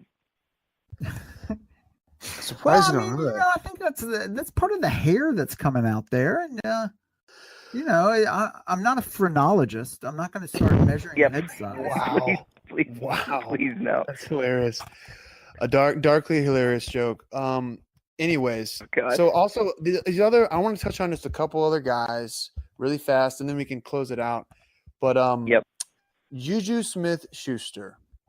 This, I have been very impressed. He had 19 targets in week 2, 13 receptions. He's a beast. He has not gotten less than 116 receiving yards over his last 3 games. He's got the intermediate routes. He's a deep threat. He's a short. He's awesome. He's an awesome player. Unreal. Like let me go on the record and say I have to give out a mea culpa. I was wrong about Juju Smith-Schuster. You say I never admit I'm wrong. I have been fading Juju Smith-Schuster since last year. I didn't think he was a good wide receiver coming into the draft. I didn't like his attitude. I thought he was a punk. Okay. And because I remember this play at USC, he didn't have a good sophomore year. He came out his sophomore year. He had a good first year, and then he kind of trailed off. His second year, his last year at USC was not a good year. Yeah. And he had this play where he caught it, and then he like stepped over the guy that tackled him and like kind of straddled him while he was on the ground and was just like looking down at him. Just really punk move. And I'm like, that doesn't work in the NFL. That act is going to grow thin. I don't like him. All I heard was straddling. Yeah, well, that's another reason. Here's a crazy stat. But I'm gonna have to admit defeat on Juju. He's a great season. Where do you think? Don't look. Where do you think Antonio Brown is ranked in terms of like receiver in our league in terms of fantasy points? Like is it what number is it? Like 1 through 50? Where do you think he's ranked? I'd say he's 15. I'd say top 15. No, I'd say he's like 23rd. Wow. Okay. Well, so Sam is closer. It's 19. He's a number 19 he went over, though. receiver. Julio is number 20, but he has a lot more receiving yards. Antonio Brown has 2. But see, here's the crazy thing. Antonio Brown has 42 targets. And Juju Smith-Schuster has 38. And he has such a better output, more yards and more receptions. He's been better this year so far. It doesn't tell the whole story. Yeah, he's been like the number 1 receiver. It doesn't tell the whole story, but it's been interesting to see his development. Let's also say, like, Antonio Brown hasn't been bad at all. No, and I think a lot of Juju Smith-Schuster's production has, in large part, in not a small part, been because of Le'Veon Bell's absence. He's getting a lot of those passes that would have otherwise gone to Le'Veon Bell are now going to Juju Smith-Schuster. I thought Jesse James was getting those with him and Vance McDonald. Yeah, I don't know if I really buy that. I mean, did you? I kind of buy it. Vance McDonald in the championship and the divisional game last year versus Jacksonville. He went off. Like he went off. Ben loves his tight ends. He loves them. He loves. Big Ben. He really does. But by the way, I wanted to talk about. Go ahead, Sam. Just real quick on Antonio Brown. I turned down a trade last week, and I want to know from both of you guys whether I made the right call. Camp, I just assume you'll say no. I'm going to use the bathroom really fast. You go first. All right. Me and Sam will talk. All right, Sam, just tell me. Think of me like the doctor, not Dr. Phil, the sex doctor guy, what? Dr. Tom. What are you talking about? Just talk to me. I will be your analyst. Talk to me. Give me the trade. Okay, I'm not like laying down on a couch here to tell you about a trade. I'm just telling you that I rejected it, and I'm wanting your opinion. You rejected it? So I rejected. Doc. I rejected it. It's not on the table. I was offered Antonio Brown and Sony Michel for Diggs, Breida, and Kittle, and I rejected it. Antonio Brown and Sony Michel. For Diggs, Breida, and Kittle. I thought about it, but I ultimately turned it down. Say it one more time. You know, my first reaction is to say why, and you know, you say Antonio Brown, and I'm like, why didn't you accept it immediately? You know, like, yeah. What was it? Now, what was it again? I don't know. You say it one more time. It was fast? I turned down.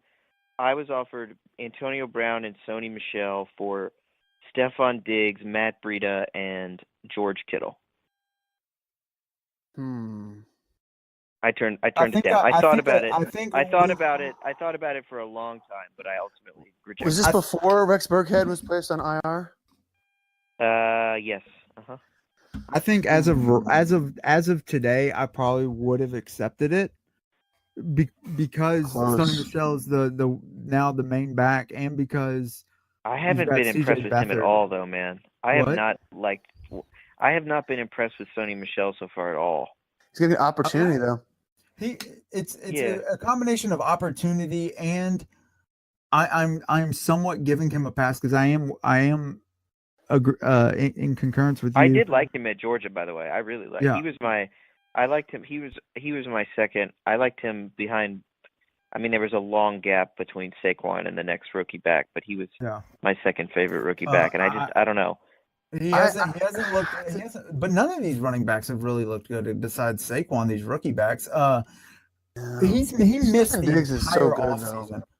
I think the fact that he missed the entire that was made. That's something. I should note that trade was. I rejected that trade also before. Jimmy. Belichick's boy tore his ACL. Yeah, Belichick's but boy. Actually, you know, one of the hangups for me on that trade, you know, talking about how sort of running back is really rough right now, and it seems like there's an abundance of receivers, but there aren't a whole lot of quality, reliable running backs. But there also it seems like there are fewer reliable tight ends than ever. And granted, this is before Garoppolo's injury, but I really like Kittle, and I was hesitant to part with Kittle. They offered to throw in Eifert, but I think Eifert is like beyond washed up, and so I really like. I don't know, man. Eifert, he might sneak up. He had a good week last week. I'm out on Eifert. I think he had a window where he could have done something, and he gets hurt too much, and I don't know if he's reliable. And also, the Bengals, I don't know. But also, Kittle, you know, CJ Uzomah is taking that spot again. I was reluctant to part with Kittle, which sounds, again, when you're talking about Antonio Brown, I realize might sound silly, but I think even now with Beathard, I don't know. I mean, I still think that Kittle is going to have a pretty solid, respectable year, and I think he has I don't think that's a bad decision on your part. And also, we haven't talked about Stephon Diggs, or maybe you guys did. Yeah, but he's like we didn't. Elite. We didn't. He's an elite wide receiver. Like elite. He's really good. Who do you think is going to have a better year, Stephon Diggs or Antonio Brown? At this Antonio Brown. Well, I know, but like at this point, it's a little bit of a debate. I mean, the way they've started their seasons. I think the biggest issue Diggs needs to overcome is that, like, he has had several years, and I'm knocking on wood here. I'm knocking on some furniture in my residence as I'm saying this. Like,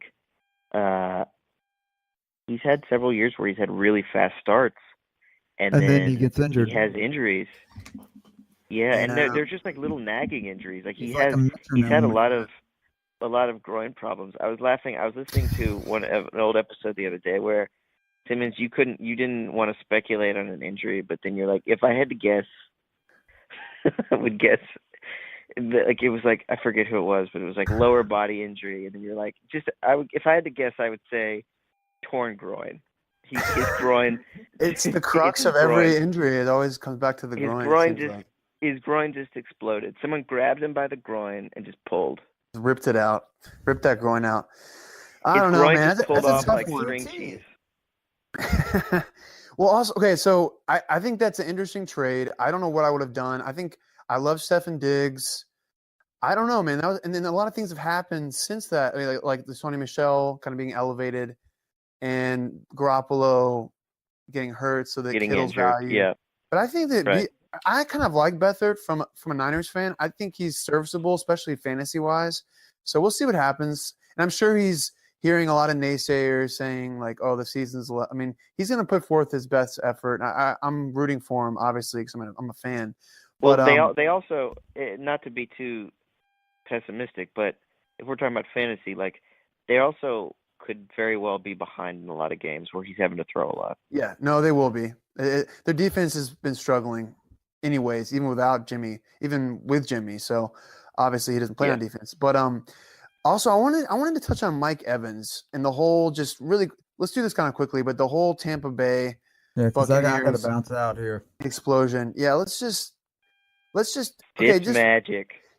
Here's just my kind of simple, wide-ranging question. Do you think FitzPatrick can keep up, not this pace, obviously, because he's thrown for 400 yards, 3 touchdowns, and he's got a possibility of being benched for Dirty Jameis. But do you think that he can keep putting up big fantasy gaudy stat lines for the rest of the year? Or do you think this is kind of going to be like thought of as like the Billy Volek, Drew Bennett experience from years past? Like, is this like a flash in the pan, or do you think they found something for this whole year? That's a great question. I think they found something for this whole year. I can't say this for certainty, but I want to say that they are putting the blame of Mike Evans' down year last year, at least partially, on Jameis Winston and his That's fair. Erratic, just his erraticness as a quarterback. His inability to be all that accurate with the football, and man, the way that Jameis hypes up his teammates, which I thought was incredible. The eating the W, I loved it. I don't know if that panned out. No, you did not. Do not. That was not incredible. That was. So I love his it. teammates were staring at him. Wait, hold on a second. Hey, y'all know what I like to eat? His teammates. It was like. It was like watching. Yeah. It was like, it was like watching David Brent dance in The Office, and like the office mates were just watching him. That's a great. The thing it reminded me of is that old news clip of the leprechaun on the news, and like, who else wants to see a leprechaun? Say yeah. Yeah. Well, Jameis is also from Alabama. It fit. It was, and I thought that was a classic. That's going to live in the annals of history. Okay. So, but I think Ryan Fitzpatrick, he's got the weapons. He's got Mike Evans, Chris Godwin, O.J. Howard. How does it feel to be consistently tortured by Mike Evans, Kemp? What? I said, how does it feel to be consistently tortured? And it's like every year, every time you like Mike Evans, it seems like he's terrible, and then when you fade him, he's good. I faded him this year. I didn't like him, but I also didn't like him last year. I remember that based on your when Simmons asked you about him, and you said, and I quote, "Fuck Mike Evans." Okay, his first 3 games: 7 for 147, 10 for 83, 6 for 137, a 1 touchdown in each game. They've found something. Pretty beastly, man. I just don't know how consistent it's going to be. But I mean, it's. I mean, considering they have zero run game, Fitzpatrick is the first quarterback in NFL history to throw for 400 yards in 3 straight games. Think about that. Yep, that's amazing. In all of NFL history, and he also had some throws. It's crazy. He also had some throws on Monday night where you're like, "What the hell is that?" Like that pick 6 where he just like kind of like threw the ball up into the kind of an intermediate outside the numbers or wherever it was, and it was just like there was no one really that close. There's like 4 Steelers defenders there, and there's just like this convoy into the end zone. I will say this. I mean, my first instinct to answering that question is that the sample size on Fitzpatrick is just too large to think that he's going to keep this up, because he's just like this is like his 7th team, and he's just never been able to have this level. Yeah, when he's had weapons. Well, but here's what I was going to say. The Brandon Marshall year. Right. The 1 but year. see, here's the thing. The thing Yeah, when I think about that, the other side of that argument is that I think, and again, this is like a historic start, like Simmons is referencing, but like you could have said some of these very same things about those couple of years that Josh McCown had as an older player who was a journeyman kind of, and he was on Cleveland and then on the Jets, where it was like, oh, well, he's Josh McCown, and he just kept putting up these numbers. So I don't necessarily if I had to bet one way or the other, I think he's gonna tail off some, and I think you're gonna have a couple real. I think a 1 touchdown, 4 interception game is coming in the near future. Maybe this week. But but if you're looking maybe at this week, but I think that like I think it would be a mistake to just totally discount him because, like you're saying, Simmons, these weapons, like if these weapons stay healthy, this is like a really sneaky. It's not even sneaky. It's just like a good skill position group, especially those pass catchers. Like OJ Howard was a 1st-round pick, and I think has a lot of talent. Beast. Cameron Brate. We had. I was up in Boston, actually in Cambridge last week, watching with Get out of here with our friend Mike. And we saw the FitzPatrick to Brate touchdown, Harvard to Harvard. The bar we were in went nuts. Just kidding, no one cared. I was gonna say, but like, you got Mike Evans, Deshaun Jackson, Chris Godwin, who was kind of he was like a good but not like remarkable receiver. Chris Godwin, but he's emerged. Yeah, he's emerged. So yeah, I mean, I think it's fair to think. Do I think FitzPatrick will end the season if he's healthy and is the starter as a top 6 quarterback? No, I don't. But will he I throw definitely for think 5,000 yards or something? I think he can be top 13 or 14. Yeah, I think and I think he holds on to that job because if you're a Tampa Bay coach, does you have the erratic play from Ryan Fitzpatrick, and does Jameis Winston offer that much more upside? No, like he does just as erratic things with the ball as Ryan Fitzpatrick has done. Agreed. So it's not like and those receivers are already saying better options. Like I think Deshaun, they're very similar. Yeah, you've already got Deshaun Jackson, and I think at least one other guy, maybe Evans, who said basically this guy has to stay the starter.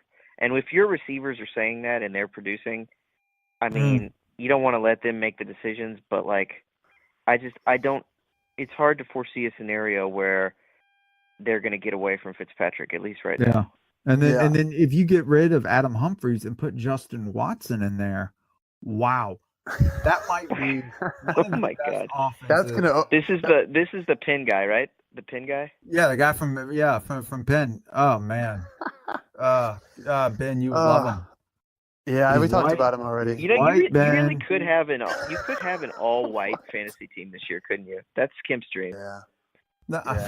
Bunch of pale-faced, bunch of pale guys. Post-racial.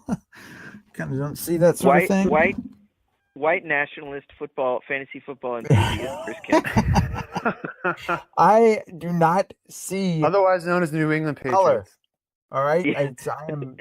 Just if you're good, but wait, you're good. Who would your second running back be? That's the question. Because you could play Thielen and Cup, and then Jordy, and you played McCaffrey, and obviously quarterbacks and tight ends. Bring back the Moose. You know what I'm talking about. Austin Eckler is wide enough. Browns right? running back. Peyton Hillis. Bring him back. Bring him back. No, but I'm saying who's active right now that you could. I'm saying bring him back. He's still alive. Kyle Juszczyk. Well, he's still alive, right? Yeah, it'd be he's active. Yeah, he's active in life. That's true. He's active as a human. He can still get out there and run to the line a few times. I mean, he's still capable of that. What was that blurb, Simmons? The elephant, like a drunken elephant, just like smashing into defenders. just trampling. God. I think we should end it on that, guys. It's been a lot of fun. Nice long podcast. Appreciate it. Until next time, we got to do this more often. We've all been busy, but for sure. We'll get back on the horn. It's a lot of fun. All right, good fellas. Good luck to Sweatpant Boner and Raj and the Scatman tomorrow. Hey, you could look to you, sir. Likewise, to Penis the Rotund. No, it's not.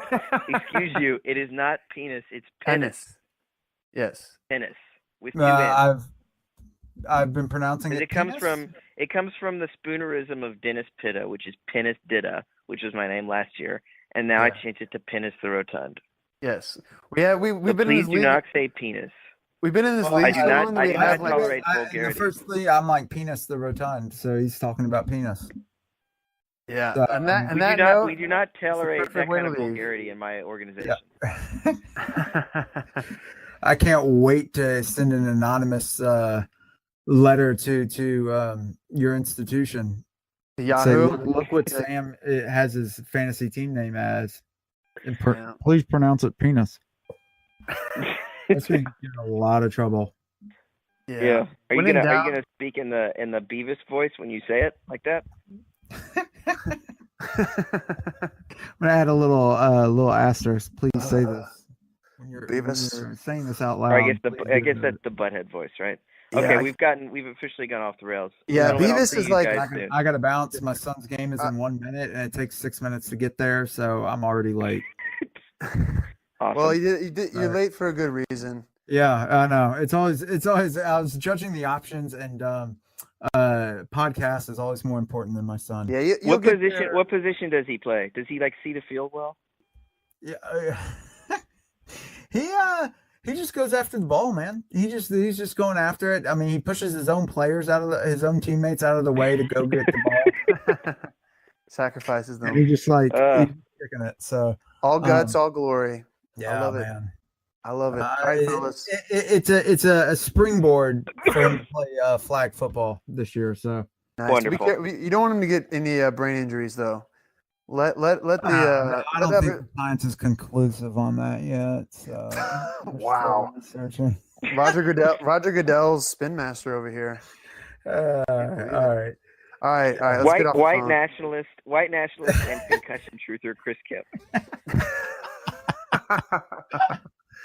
Oh, please. Mr. Progressive himself over here. Do we really even know anything about the Kemp? Do we really even know anything about the brain? That's in my Kemp voice. What do we really know about the brain? It is to the body like the deep sea is to nature. Like, okay, don't know that much. Like, it's actually kind of true in a really weird way. I don't know if you. Yeah, a lot of research still needs to be done. We don't know the ins and outs of it, so Well, I have an idea for jump to conclusions here. I have an idea for a movie where somebody gets a pill that enables them to unlock the other 95% of their brain. I think it would star Bradley Cooper and it'd be called Limitless. What do you guys think? I think it's a good idea. It's good. I think totally original. I think Limitless. Yeah, you unlock the other 95% of your brain. It's Bradley Cooper, and then in the supporting role, I would cast Jeff Fisher. Jeff Fisher, yeah, that's a topic for a whole other podcast. Just analyzing the Rams offense and how it's completely taken off since they showed a graphic the other night. It was the 1 year swing from Jeff Fisher to what's his name? The young whippersnapper. Sean McVay. It's like a who, by the way, Chris 30 win swing was a flash in the pan. It's like a 25 win swing. The jury is out on Sean McVay. All right, I said the jury is out. You can't say that anymore, though, right? Jury's still out. Are you kidding? No, stop. No, hold on here. Hold on. No, Cam. Just went on a huge white nationalist, concussion truther, and Sean McVay doubter, Chris Kemp. No, hey, what do you have against Sean McVay? Spending spree. They've got a wagon of a team built by mortgaging their future. Okay, no, so they have spent a lot of money. I agree. That's not related to his coaching they've got ability. Like a wagon right now. Like, let's see it. Like, give it. Right. If this is sustained, you know what I'm like.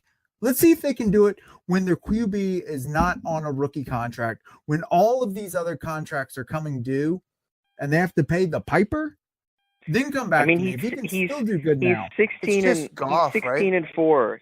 He's 16 and 4 in the regular season right now. Jared Goff is the only guy they're gonna have to pay, correct? I mean, they already have a. I guess they'll have to pay Brandon Cooks, but like, did they pay Aaron Donald yet? They already paid Aaron. They paid Aaron Donald. But I agree with you. I'm just saying, like, I mean, Jeff Fisher had Aaron Donald. I'm not saying Jeff Fisher had the exact same players. He had a lot of the same players, but he had Todd Gurley. He had Todd Gurley. He had like I can say yes, he is way better than Jeff Fisher, but I don't know like what do you think Jeff Fisher? What do you think Jeff Fisher's record would be in the same amount of time that Sean 7-9 has been? Always 7-9. Yes, has been. Do you think he'd be a winning coach? No, I don't. Think he'd be over 500, and during the same. No, I think he's destined to always be either 7-9 or 8-8. Even if you said, what would his record be over 25 games, Sam? I would still say a number that didn't add up to 25. I would say 7-9. What would his record be if he shaved his mullet? I think it would probably go up by like 5 wins. What is Jeff Fisher's record over his last 100 games? 8-8. Yeah. Not even 50 and 50. 8-8. Yeah. I was just gonna say I saw something. This is going back to McVay and the Rams, kind of, but the Redskins had Kirk Cousins, Kyle Shanahan, and Sean McVay. Yep. In the same building, coaching the same team, and they couldn't get shit done. That speaks to how bad they made the NFL playoffs. Coaching is. The Redskins never did. Yeah, they did. Not with that team. Not. They didn't.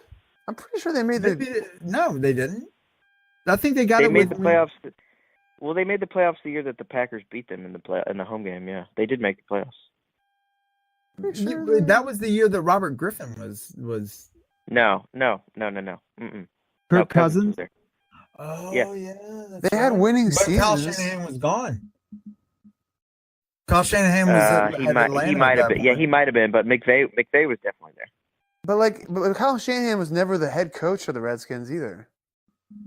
No, but he was the offensive coordinator. McVay was his assistant. Kirk Cousins was the quarterback. I mean, yeah, I know, but like you can't. I mean, he wasn't running the ship.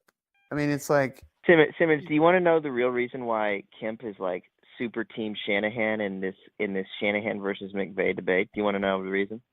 I do. Well, I'm not super team Shanahan. You are. You've been on record. You've told me repeatedly that you are. So no reason to lie now. When have I said I've been on Team Shanahan? He's super Team Shanahan.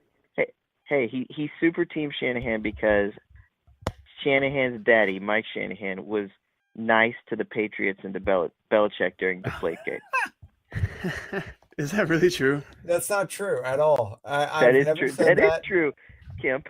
I've never said I was on Team Shanahan. I remember last year we were having a debate on great coaches. You're like, oh, Shanahan and McVay, these are the good coaches, and I'm like, well, I said these are the coaches of the future. Yeah, that's what I said.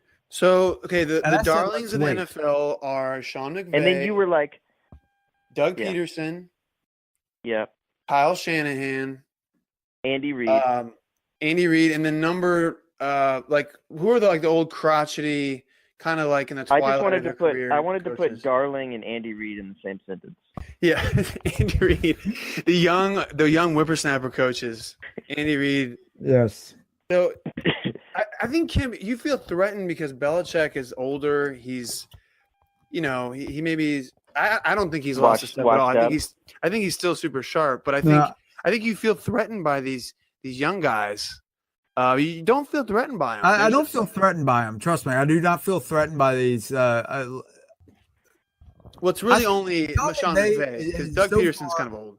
So far, he's done a really good job with the team. All I'm saying with Sean McVay, and I think he's done a good job getting the most out of Jared Goff, especially last year.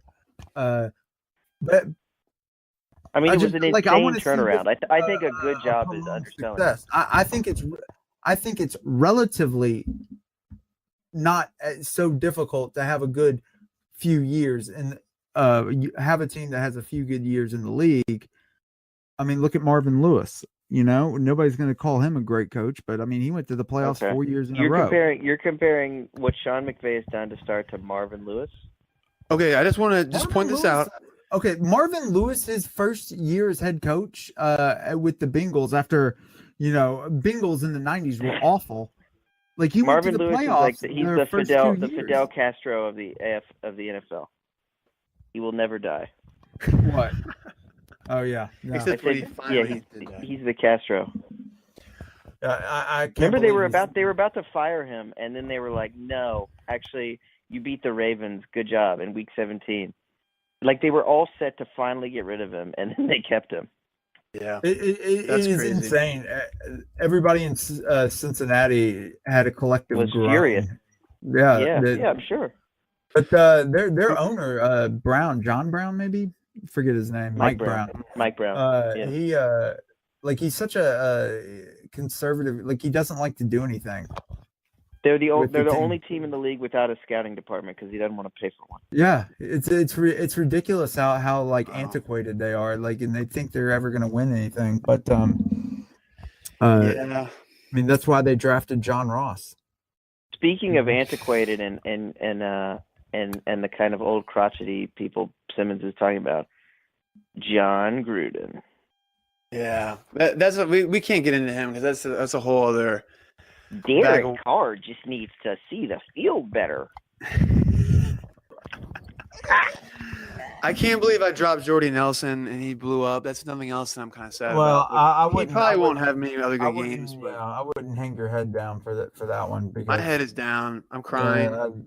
Crying into my coffee right now, even though it's actually tea. It's actually a very, very light white tea with a little lemon in it. But I'm crying. How many years? You had to guess right now. How many years out of his 10-year deal? How many years does Gruden last? Probably all 10 years. Because I think it's so embarrassing for them to like. I mean, cut the cord. I mean, knowing Mark Day, they're buddies. Mark Davis and John Gruden. Yeah, I actually think he spends a majority of the time. I think he at least goes to L.A. So let's say I'm gonna split the middle. Vegas. I'm gonna say 5. He says they're 5 years. Yeah.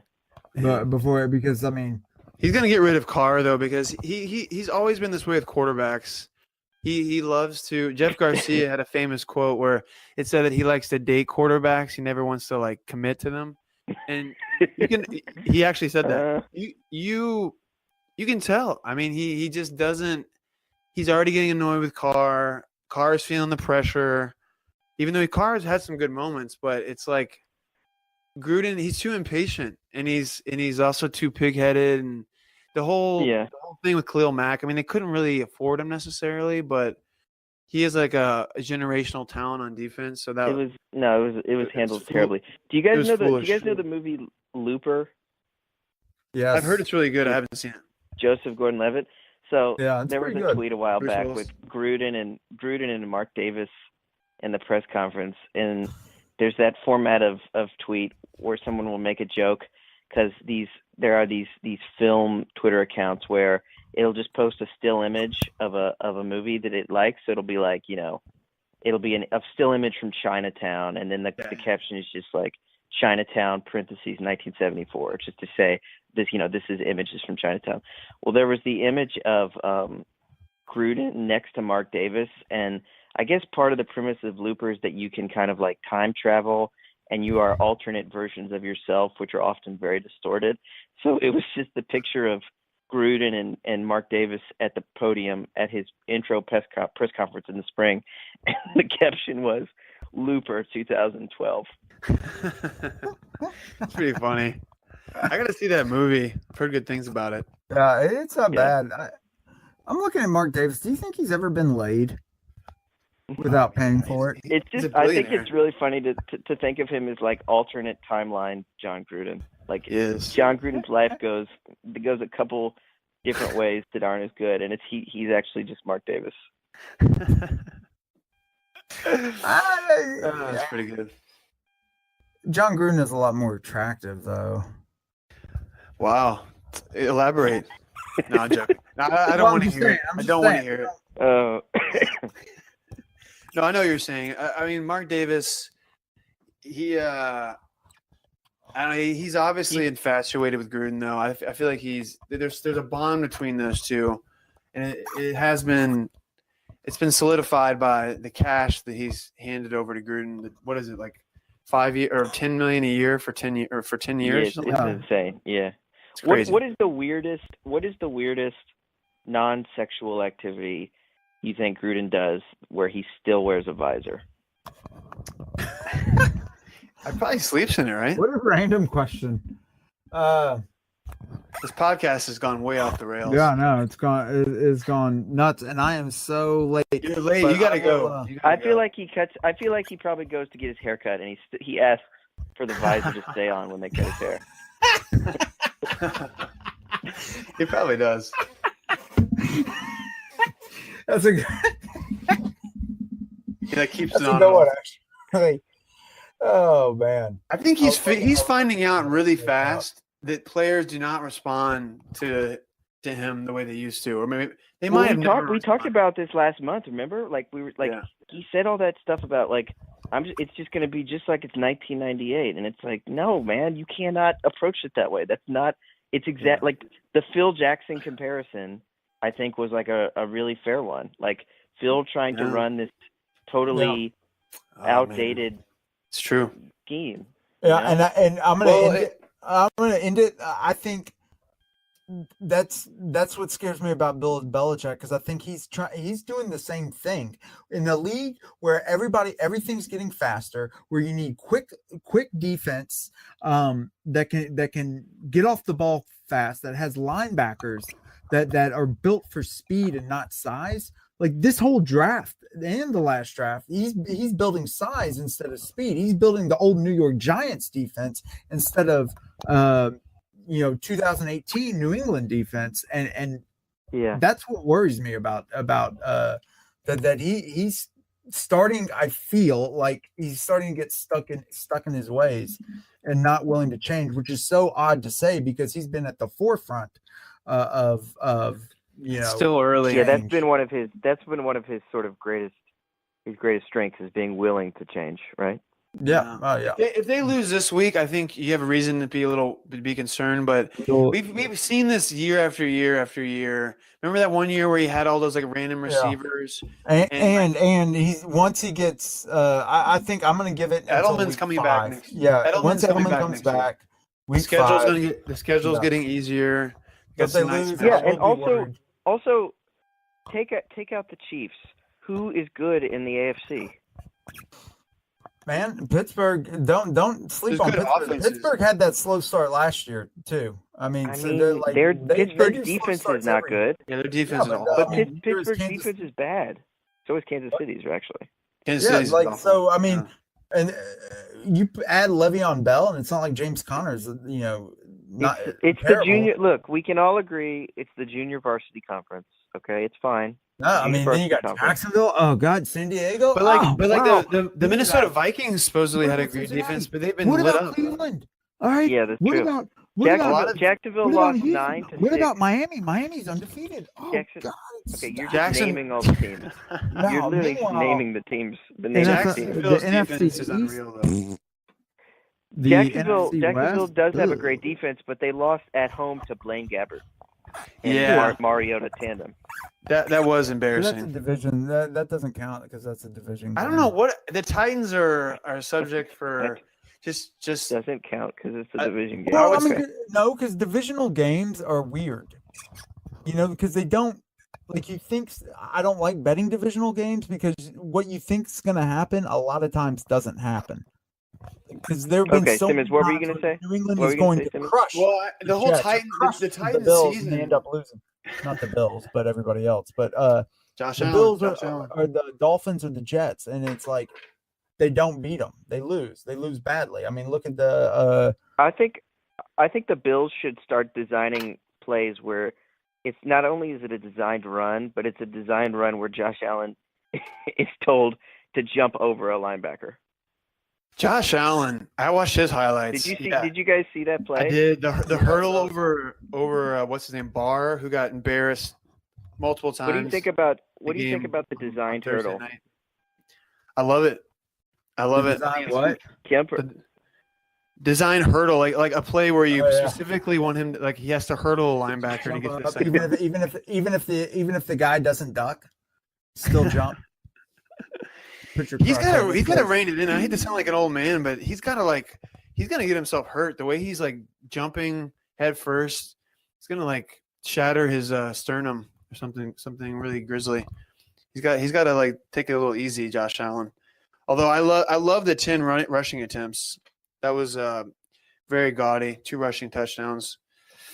He wasn't talked about as much with all the great passing numbers that had gone on. I think Sam just left the call. Am I the only one talking? Yeah. No, I'm gonna. I can't believe you left this because I'm gonna end it with Buffalo. I'm gonna give you a nice New England stat because we're gonna Buffalo Bills. Yes. The QB that has the most wins in Buffalo's stadium since 2001. Who do you think that is? Tyrod Taylor. Tom Brady. Boom. Woo! Oh, you mean like I see all QBs. I thought you meant like that Buffalo QB.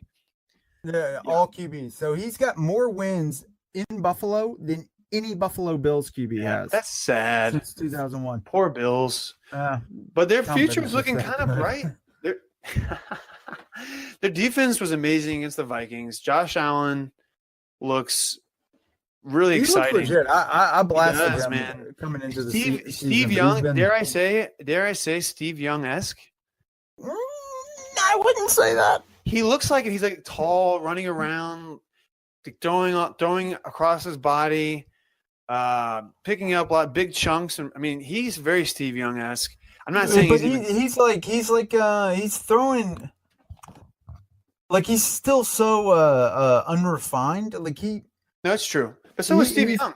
He's playing Aaron Rodgers' game, but like with like a quarter of the skill. Let's be clear. He's playing. Aaron Rodgers is playing Steve Young's game. Steve Young was the originator. Yeah. Let's be clear about that. Yeah, Steve Young. Aaron Rodgers.